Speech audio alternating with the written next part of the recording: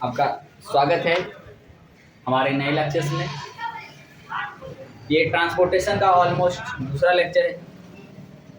इससे पहले वाले लेक्चर्स में हमने ब्लड को पढ़ा, हार्ट को पढ़ा, ब्लड वेसल्स को भी पढ़ा।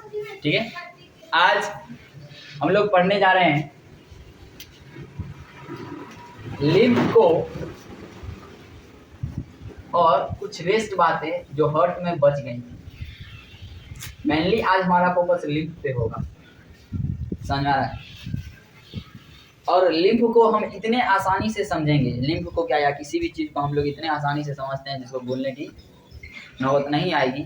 तो लिम्फ को भी हम वैसे ही समझेंगे। देखो, एक अच्छा योद्धा वो है जिसके पास जो हथियार है उसी का इस्तेमाल अच्छे से कर पाए। नहीं समझ? जैसे आईपीएल देखता है ना, सीएसके के पास बॉलर नहीं है तब बहाना मार सकता है कि मेरे पास बॉलर नहीं था तो हम नहीं कर पाए। नहीं मार सकता है। जो बॉलर है अब उसी को बनाना पड़ेगा, उसी से निकलवाना पड़ेगा। समझ आ रहा है? तो अच्छा योद्धा कौन हुआ? जिसके पास जो सामान है उसका इस्तेमाल कर लिया। तो आप जो ब्लड के बारे में पढ़ चुके हैं या इससे पहले जो कॉन्सेप्ट आपके पास है उसी कॉन्सेप्ट के मदद से आप खुद आज हमको बताइएगा कि लिम्फ क्या है। अब सोच में मत पड़िएगा क्या है, थोड़ा थोड़ा हिंट देंगे आपको समझ में आएगा। ओ सही है, बोल रहे थे, समझ में आ रहा है?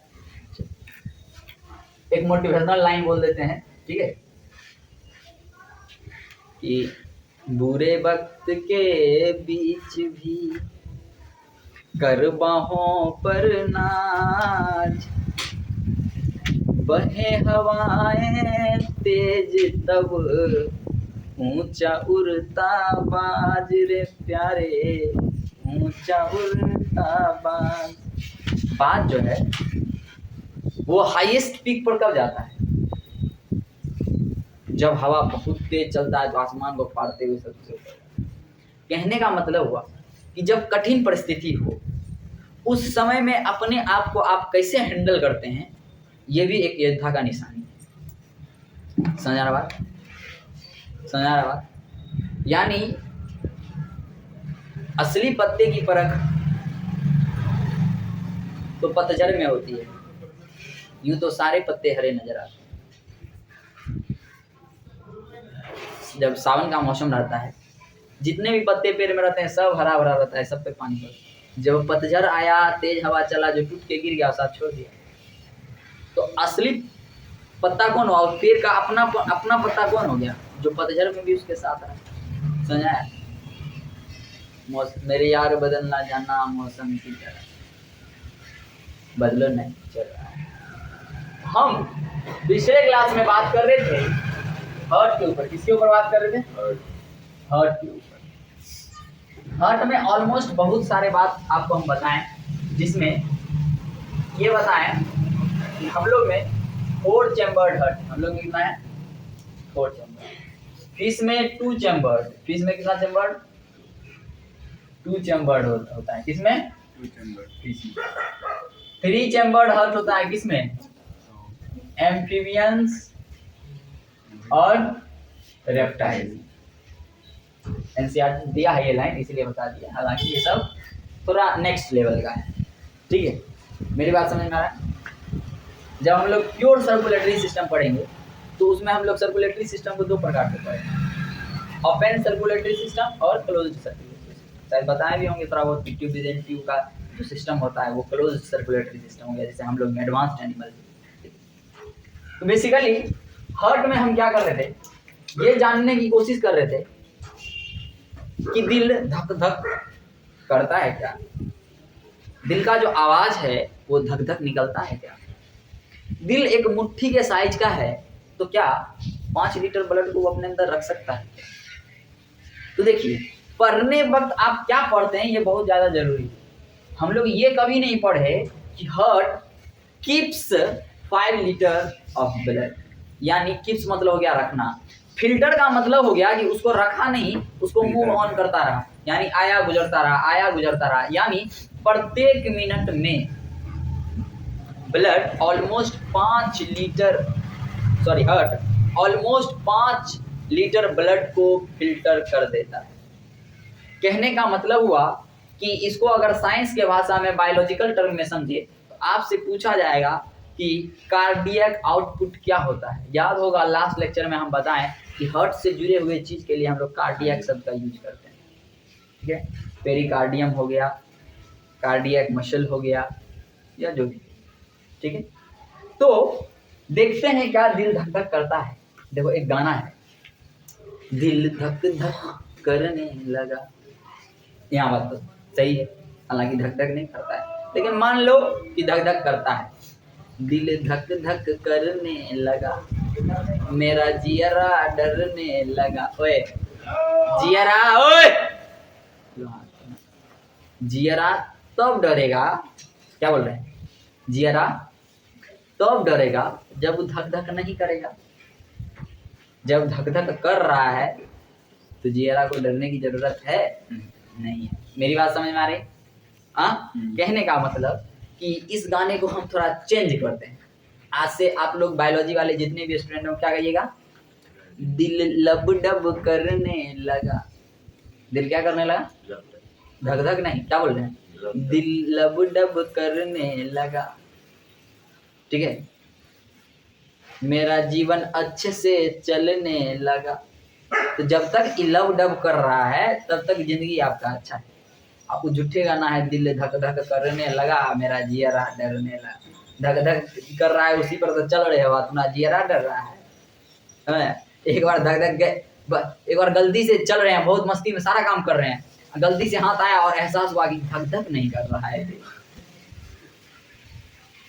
तो सोचोगे कौन सा सिस्टम काम कर रहा है। समझ आ रहा बात? आइए, तो हार्ट में क्या आप देख रहे हैं, लब डब साउंड प्रोड्यूस होता है। हार्ट में कौन सा साउंड प्रोड्यूस होता है, लब डब। हार्ट क्या करता है, लब डब, यानी हार्ट लब डब करने लगा। तो ये जो लब और डब साउंड आप सुनते हैं, इस तरह से आप हार्ट बीट को अगर कान से सुनिएगा या स्टेथोस्कोप से सुनिएगा तो दो प्रकार का साउंड आपको मिलेगा, एक लब साउंड, दूसरा डब साउंड। हम पहले भी बताएं कि लब डब साउंड कोई प्रोडक्शन नहीं है। ये जब वाल्व ओपन होता है, क्लोज होता है, कॉन्ट्रैक्ट होता है, रिलैक्स होता है, तब जाकर ये लब डब साउंड होता है। ठीक है, जैसा कि आप बाइकस्पीड और ट्राइकस्पीड वाल्व से वाकिफ हैं। जब कभी भी ये बाइकस्पीड और ट्राइकस्पीड क्या होता है, बंद होता है, तो उस समय में लब साउंड प्रोड्यूस होता है, फर्स्ट साउंड जिसको आप कहते हैं। एंड सेकेंड साउंड जो होता है उस सेमी लूनर वाल्व के क्लोजिंग के समय पर क्या होता है कि वो एक आवाज देता है, उसके आसपास एक आवाज होती है जिसको हम लोग डब के नाम से समझते हैं। सेकेंड साउंड बहुत कम समय के लिए होता है। सेकेंड साउंड बहुत कम समय के लिए होता है, 0.1 सेकेंड के लिए, इतना समझिए। क्या बोले, 0.1 सेकेंड के लिए होता है, जबकि लब साउंड 0.15 सेकेंड के लिए। दोनों होता है कम ही समय के लिए है, लेकिन हम क्या बोले कि एक 0.1 हुआ, एक 0.15 हुआ, तो उसके तुलना में ये थोड़ा ज्यादा ना। समझ आ रहा है? अब मेरी बात को समझिए, ये 1 मिनट में 72 टाइम्स, कितने बार, 72 टाइम्स, यानी 72 बार लब डब करता है। अब आप देखिए कि 72 बार ये धक धक किया। दैट मीन्स अगर हम कार्डियक आउटपुट निकालने का कोशिश करें तो कार्डियक आउटपुट कहता है, क्या कहता है, कार्डियक आउटपुट कहता है, अभी आपको बताएं कि number of normal heart beat of adult body multiplied by the amount of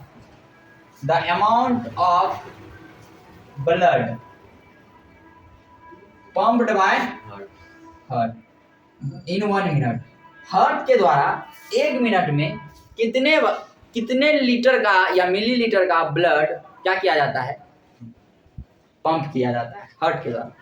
और यह हार्ट 1 मिनट में कितने बार धड़कता है, दोनों का प्रोडक्ट अगर आप निकाल लोगे, दोनों को मल्टीप्लाई कर दोगे, तो वही आपको क्या दे देगा,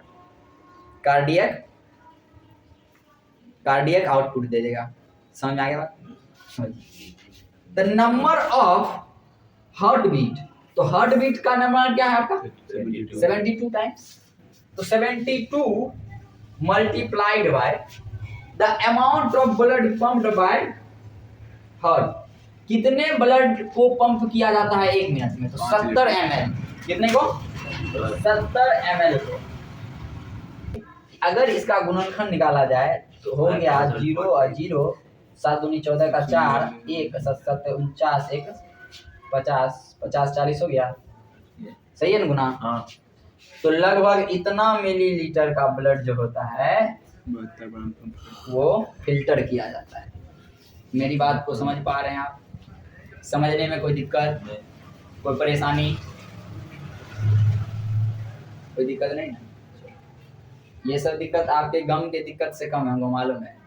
आपके अंदर जो दिक्कत है ना, वो दिक्कत से कम है। सर असली दिक्कत तो सर उस दिल में है, इस दिल में तो कोई दिक्कत नहीं है। अब 540 तो करिए दिया, वो दिल कर रहा है 540 की नहीं कर रहा है, टेंशन है। कभी खूब तेज भागता है, कभी धीरे भागता है, कभी दुखबो करता है। चलो, मेरी बात समझ पा रहे हैं आप?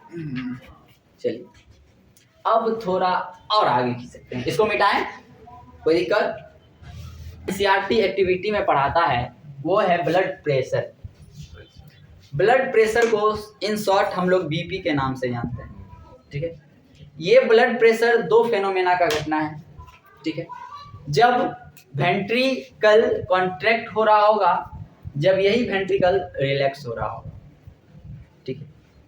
जब वेंट्रिकल कॉन्ट्रैक्ट होता है इस फेज को हम लोग सिस्टोल कहते हैं, और इस फेज में बन रहे प्रेशर को सिस्टोलिक प्रेशर कहते हैं, ठीक है। जब वेंट्रिकुलर रिलैक्सेशन होता है तब इसको डायस्टोल कहते हैं, और इस समय में बन रहे प्रेशर को डायस्टोलिक प्रेशर कहते हैं।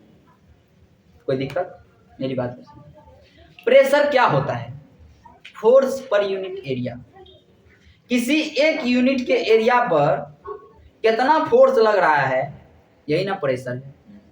तो ब्लड प्रेशर यानी ब्लड के द्वारा किसी एक सरफेस पर लगाए जाने वाले प्रेशर को क्या कहेंगे? Blood pressure. कोई तुमको कहेगा कि कुछ भैया मारे, तो कुछ भैया मारे मतलब कुछ भैया वहां प्रेजेंट थे तब ना मारे। तो कुछ भैया वहीं के इंसान को मार सके ना जहां पर वो प्रेजेंट थे।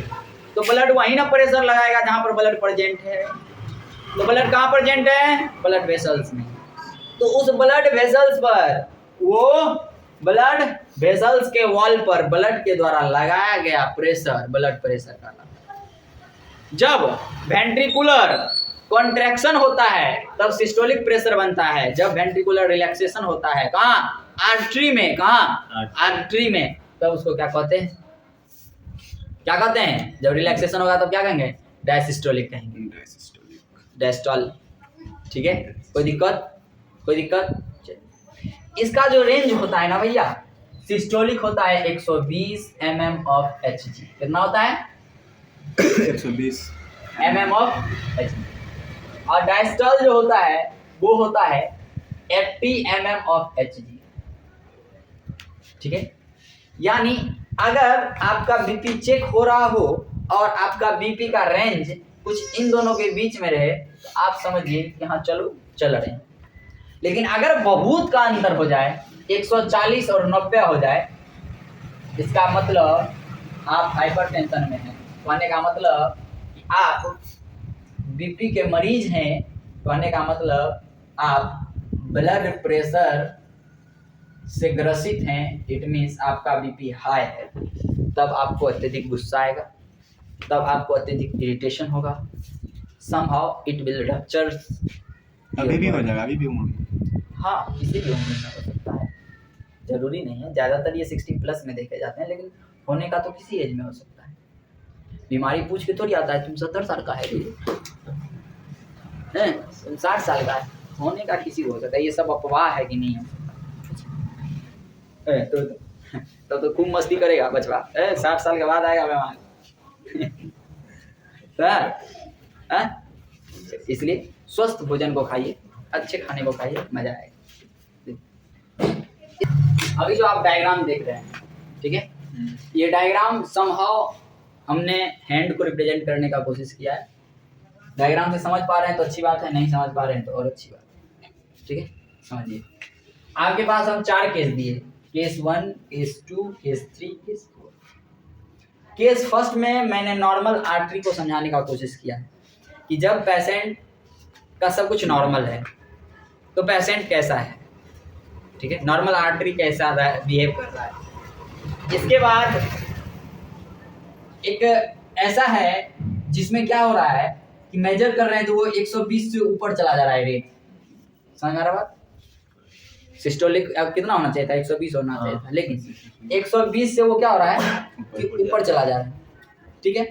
तो अब देखिए दूसरा केस जो है वो हम दिखा रहे हैं आपको कि 120 से नीचे चला आ रहा है, ठीक है। तो 120 से नीचे आ रहा है 80 तक सही है।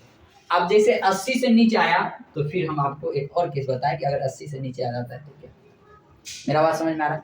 तो देखिए होता क्या है, कैसे पता करते हैं, जिस चीज से इसको मेजर करते हैं उसको एस्फेगमोमैनोमीटर कहते हैं, एस्फेगमोमैनोमीटर कहते हैं, ठीक है, पूरे सिस्टम को। अब देखिए जब ये एस्फेगमोमैनोमीटर आपके हैंड पे टाइटली लगाया जाता है, ठीक, और दबाने में दिक्कत होने लगे इस रबर को, जब वो फूलने लगे, उसमें एयर आने लगे, वो टाइट होने लगे, इसका मतलब आपका रेंज 120 से ऊपर भाग रहा है, आर्टरी क्लोज्ड हो जाएगा।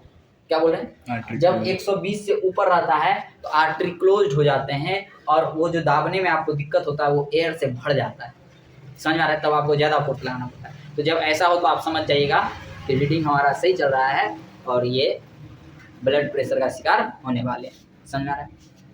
नेक्स्ट एक स्टेप में आप जब आइएगा, आपको अगर मान लीजिए उसको दबाने में कोई दिक्कत नहीं हो रहा है, नॉर्मली चल रहा है, आप क्या करते हैं कि और जानकारी के लिए देखिएगा डॉक्टर को, वो तो लगाता है, ये कान में लगाता है और हाथ पे डालता है, ठीक है। उसमें क्या होता है कि अगर ये 120 से नीचे है तब तो वहां पे साउंड सुनाई देगा, साउंड ऑडिबल साउंड प्रोड्यूस कर रहा होगा 120 से नीचे, 120 से 80 से ऊपर। लेकिन जैसे ही ये लास्ट केस में 80 से नीचे आ जाएगा ना, तब सुनाई देना बंद कर देगा। तो समझ में आया एस्फेगमोमीटर का उपयोग कैसे किया जाता है। एक केस जब टाइट हो जाएगा, तो टाइट हो गया इसका मतलब हाई प्रेशर, ठीक है, जब टाइट हुआ तो हाई प्रेशर।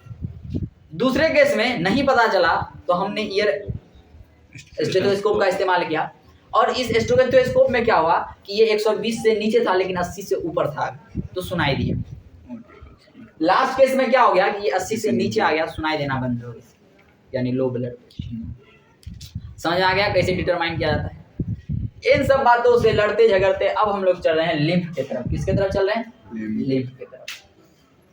लिम्फ क्या है, लिम्फ को फ्लूइड टिश्यू के नाम से जानते हैं। किसके नाम से जानते हैं, फ्लूइड टिश्यू के नाम से जानते हैं। कहने का मतलब लिम्फ भी एक टिश्यू ही है। होता क्या है कि अगर ब्लड में से आरबीसी को हटा दिया जाए, रेड ब्लड सेल को हटा दिया जाए, तो वो टिश्यू है, बस ऐसे समझिए। मतलब ब्लड में जितने कंपोनेंट्स को आप पढ़ रहे हैं वो सारे के सारे कंपोनेंट्स आपको कहाँ पढ़ने होंगे, लिम्फ में पढ़ने होंगे। उनके कंपैरिजन में प्रोटीन कम होगा, उनके कंपैरिजन में कुछ चीजें कम होंगी, इसमें आरबीसी होगा ही नहीं। तो आरबीसी का नहीं होना इसका मतलब क्या होता है हम आपको बता चुके हैं, और अभी फिर से हम बताएंगे, ठीक है, तो ताकि वो आपको रिकॉल होता रहे और मजा आएगा। समझा ना। होता क्या है कि प्रेशर डिफरेंस बनता है। प्रेशर डिफरेंस क्या होता है इस बात को समझिए, हायर कंसंट्रेशन और लोअर कंसंट्रेशन। जब तक कंसंट्रेशन डिफरेंस नहीं होगा, प्रेशर डिफरेंस नहीं होगा, क्या एक चीज दूसरे जगह से तीसरे जगह मूव कर पाएगा, नहीं कर पाएगा। यानी मूव करने के लिए प्रेशर अति आवश्यक है, प्रेशर का डिफरेंस होना अति आवश्यक है। आप जानते हैं कि आर्टरी में प्रेशर बहुत ज्यादा होता है, आर्टरी में प्रेशर बहुत ज्यादा होता है। इसका मतलब बाहर में प्रेशर कम होगा। कोई चीज ज्यादा का मतलब किसी के पास कम रहेगा तब ना ज्यादा होगा। इसलिए कहते हैं जीत पर घमंड नहीं करना चाहिए, ठीक है। जीत रहे हो उसमें हारने वाले का बहुत बड़ा योगदान है। अगर वो जीत जाता तो आप हार जाते, समझ रहा बात। इसीलिए उसमें प्रेशर ज्यादा है, ज्यादा इसलिए है ताकि क्योंकि उसका तुलना किया गया है, बाहर में कम हो, समझ रहा बात। यहाँ पर क्या होता है, हाइड्रोस्टेटिक प्रोसेस और ऑन्कोटोनिक प्रोसेस बनता है, ठीक है। ये तो होता क्या है सो समझिए। अगर मान लीजिए कि अभी तक आप देख रहे थे कि बहुत सारा एक्सचेंज होना है, लेकिन सारे एक्सचेंज कहाँ हो रहे थे? कैपिलरीज में हो रहे थे। तो कैपिलरीज के अराउंड एक पाइप और दौड़ रही होती है, इसके अराउंड, कैपिलरी बेड के अराउंड। कैपिलरी बेड कहने का मतलब जहां पर ये दोनों मिल रहा होता है, ऑक्सीजनेटेड होती है, यानी आर्ट्रियोलर एंड, यानी आर्टरी के एंड पर ये घटना घटता है, और वहां पर हाइड्रोस्टेटिक फोर्स के कारण, प्रेशर के कारण क्या होता है कि यहाँ का कुछ सब्सटेंस बाहर की तरफ मूव कर जाता है। जैसे ही ये बाहर की तरफ मूव किया तो ये इंटरसेलुलर स्पेस में आ गया। तो इसमें क्या है कि अब आप देखिए कि ब्लड किधर मूव कर गया? सेल की तरफ। तो हम आपको क्या बताएं स्टार्टिंग में वाला कि ब्लड में से कुछ कंपोनेंट मूव कर रहा है। इसका मतलब ब्लड का लीकेज, एक तरह से कह सकते हैं कि ब्लड का लीकेज ही क्या है? लिम्फ है। देखिए क्या हुआ, यहां से ये लीक किया और किधर चला गया? सेल के बीच में। तो ये हो गया इंट्रासेलुलर। इंटर मतलब बीच में, सेलुलर मतलब सेल के बीच में। तो ये हो गया इंट्रासेलुलर। अब जो इस सेल के बीच में ये ब्लड चला गया तो वो तो एक तरह से वेस्ट मटेरियल ना हो गया, हुआ कि नहीं हुआ? हुआ कि नहीं हुआ? तो इस तरह से इसको हम कह सकते हैं कि जो लिम्फेटिक वेसल्स होते हैं वो किसका इस्तेमाल करते हैं, वो किस तरह से यूज किए जा सकते हैं? ड्रेनेज सिस्टम की तरह यूज किए जाते हैं। ड्रेनेज सिस्टम में क्या होता है? वाटर को रिजर्व करते हैं और जो वेस्ट वाटर होता है उसको अपने पाइप में लेकर जाकर एक्सक्रीट आउट करते हैं। समझ आ गया? समझ आ गया? तो एक बात बताओ, एक बात जो हम जानना चाहते हैं आपसे, इसको मिटा दे। जो हम आपसे जानना चाहते हैं वो ये जानना चाहते हैं कि एक बात बताओ मेरे भाई कि ब्लड हम बोले कि जो चीज आपके पास है उसके मदद से पढ़ना सीखिए, यानी ब्लड आप पढ़े थे और लिम्फ को पढ़ना सीखिए। क्या बोले? हम आपको बताएं कि जो चीज आपके पास है उसके मदद से आप सीखिए। देखिए ब्लड कहाँ बह रहा था? ब्लड वेसल्स में। इसका मतलब ये क्या होगा? ये कहाँ बहेगा? Lymph vessel.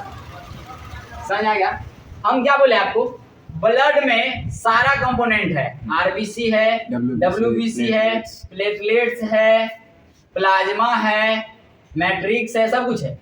इधर क्या है? वही चीज है लेकिन प्रोटीन थोड़ा कम है और आरबीसी एब्सेंट है। RBC absent. एक बात बताओ, आरबीसी एब्सेंट होने का मतलब इधर आरबीसी का काम क्या था? हेमोग्लोबिन करना, और हेमोग्लोबिन के कारण ये कैसा कलर में होता था? रेड कलर में। इधर आरबीसी नहीं है तो ये कैसा कलर में होगा? कलरलेस होगा। तुम पढ़ा रहा है कि हम पढ़ा रहे हैं? ये सारा बात आपको खुद याद आ रहा है कि हम आपको याद करवा रहे हैं? खुद याद है। मतलब कहने का जो चीज आप पढ़ लिए हैं, साइंस यही है, एक चीज आप पढ़ लिए हैं ना उसके बाद आपको सारा चीज याद रहेगा। इधर ब्लड था तो ब्लड वेसल्स, इधर लिम्फ है तो लिम्फ वेसल्स, इधर आरबीसी था। अब पहले ये भैया बता दिए कि आरबीसी एब्सेंट रहेगा, तो आरबीसी था तो रेड होता था, आरबीसी नहीं है तो ये कलरलेस है। ठीक है? समझा कि हार्ट में सॉरी, ये ब्लड सर्कुलेटरी सिस्टम में आप क्या देखे? ये सर्कुलेट कर रहा था बॉडी से हार्ट में, हार्ट से लंग्स में, लंग्स से हार्ट में, हार्ट से बॉडी। ठीक है? यानी बाई डायरेक्शनल था ना, ये सिर्फ यूनी डायरेक्शनल होगा। ये क्या होगा? यूनी डायरेक्शनल होगा। यूनी डायरेक्शनल कहने का मतलब हो गया कि हम आपको क्या बताए थे, ये कहां से स्टार्ट होता है? आर्टियोलर एंड से स्टार्ट होता है ना। तो आर्टियोलर एंड से जैसे ही ये निकला ना, इसको ले दे के सब कुछ ले लेके इसको जाएगा, ये क्या जाएगा? हार्ट की तरफ भागने लगेगा। तो हार्ट की तरफ कौन जाता है? वेन्स। याद आया? डीऑक्सीनेटेड। तो हार्ट की तरफ जाएगा, उसके साथ जाकर मिल जाएगा, उसके साथ जाकर क्या करेगा? मिल जाएगा। अब ये जाके उसके साथ जैसे ही मिलेगा तो वो ऑटोमेटिक कहाँ चला जाएगा? हार्ट के पास। तो फिर हार्ट का काम है फिल्टर उल्टर करना। लेकिन आपको क्या पता है, हम ये तो यूनिडायरेक्शनल हुआ, ये तो एक डायरेक्शन हो गया। इधर ये हो गया डबल सर्कुलेशन। ये क्या हो गया? Double circulation. जबकि ये क्या है? यूनिडायरेक्शनल। ये क्या है? यूनिडायरेक्शनल। बस इतना बहुत काफी है। कोई पूछेगा ब्लड और लिम्फ में क्या अंतर है, समझा दीजिएगा। लिम्फ क्या है समझा दीजिएगा। लिम्फेटिक वेसल्स क्या होता है समझा दीजिएगा। ठीक है? ऐसे पुराना एक लेक्चर, मेरा बहुत पुराना लेक्चर अवेलेबल होगा, लेकिन वो सब बात को हटाओ, इतना बात याद रखना। इस तरह से आपका ट्रांसपोर्टेशन हमको लगता है एनिमल में खत्म होता है। नेक्स्ट लेक्चर से हम लोग ट्रांसपोर्टेशन इन प्लांट स्टार्ट करेंगे। एनसीईआरटी का टेक्स्ट इंडेक्स बनाते रहिए, ऐसा कोई क्वेश्चन है जो नहीं बनेगा। हम देख लेते हैं एक बार।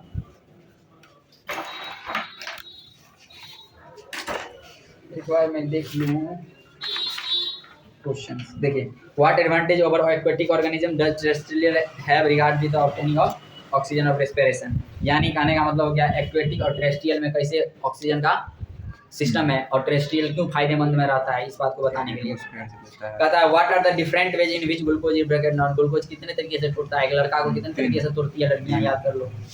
How is oxygen and carbon dioxide transported in human beings. Human beings में ऑक्सीजन का ट्रांसफर कैसे होता है, कार्बन डाइऑक्साइड का डिफ्यूजन के थ्रू होता है। Our lungs design, human lungs का डिजाइन कैसे किया गया है ताकि मैक्सिमम एरिया ऑफ एक्सचेंज हो सके, बैलून लाइक स्ट्रक्चर है भाई, ठीक है। इसके बाद नेक्स्ट क्वेश्चन है आपका what are the components of transport system in human beings. Human being में ट्रांसपोर्ट सिस्टम का कौन कौन सा कंपोनेंट है। What are the function of these components, उस कंपोनेंट का क्या क्या फंक्शन है, सारा बात बता दिए। Why it is necessary to separate oxygenated and deoxygenated, mammals और बर्ड में ऑक्सीनेटेड और डीऑक्सीनेटेड को सेपरेट करने की जरूरत क्यों पड़ती है। What are the components of transport system highly organised in plant. Plant अभी पढ़ाई नहीं है, जब पढ़ाएंगे समझ में आ जाएगा, ठीक है। इसके बाद बचेगा हमारा एक्सक्रीशन। एक्सक्रीशन खत्म करेंगे, आपका चैप्टर खत्म होगा, उसके बाद हम आपका टेस्ट लेंगे, खत्म।